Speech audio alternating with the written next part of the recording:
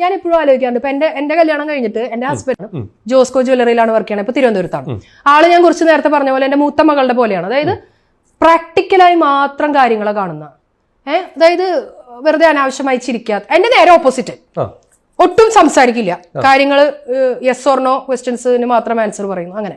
പക്ഷെ ഇദ്ദേഹം വർക്ക് ചെയ്യുന്നത് ജ്വല്ലറിയിലാണ്.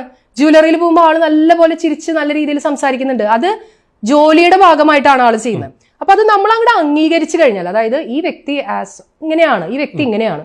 കുറെ കൊല്ലമൊക്കെ നമ്മൾ അതിനുവേണ്ടി ഞാൻ സ്ട്രഗിൾ ചെയ്ത് നോക്കി, ആളെ നന്നാക്കാൻ ഞാൻ ശ്രമിച്ചു നോക്കി. ആള് നന്നാവില്ല എന്ന് മനസ്സിലായപ്പോ ഞാൻ അവിടുന്ന് പിടിവിട്ടു ഇൻ ദ സെൻസ് ആളിലേക്ക് ഉള്ള എന്റെ ഫോക്കസ് ഞാൻ അങ്ങ് മാറ്റി. അപ്പൊ ആ അടികൾ കുറഞ്ഞു. അതായത് നമ്മളിങ്ങനെ കാലത്തൊട്ട് അന്ത്യാവണോളം അടി ഉണ്ടാക്കി കഴിഞ്ഞാൽ കുടുംബത്തിരിക്കണ മക്കളുടെ സമാധാനം പോകുന്നല്ലാണ്ട് ആള് മാറിയിട്ട് ടോക്കറ്റീവ് ആവാനും പോകില്ല, ഞാൻ മാറിയിട്ട് ആളെ പോലെ ആവാനും പോകുന്നില്ല. അപ്പൊ ആക്സെപ്റ്റൻസ് എന്ന് പറയുന്നത് ഒരു പരിധി വരെ വളരെ ഇമ്പോർട്ടന്റ് ആണ്.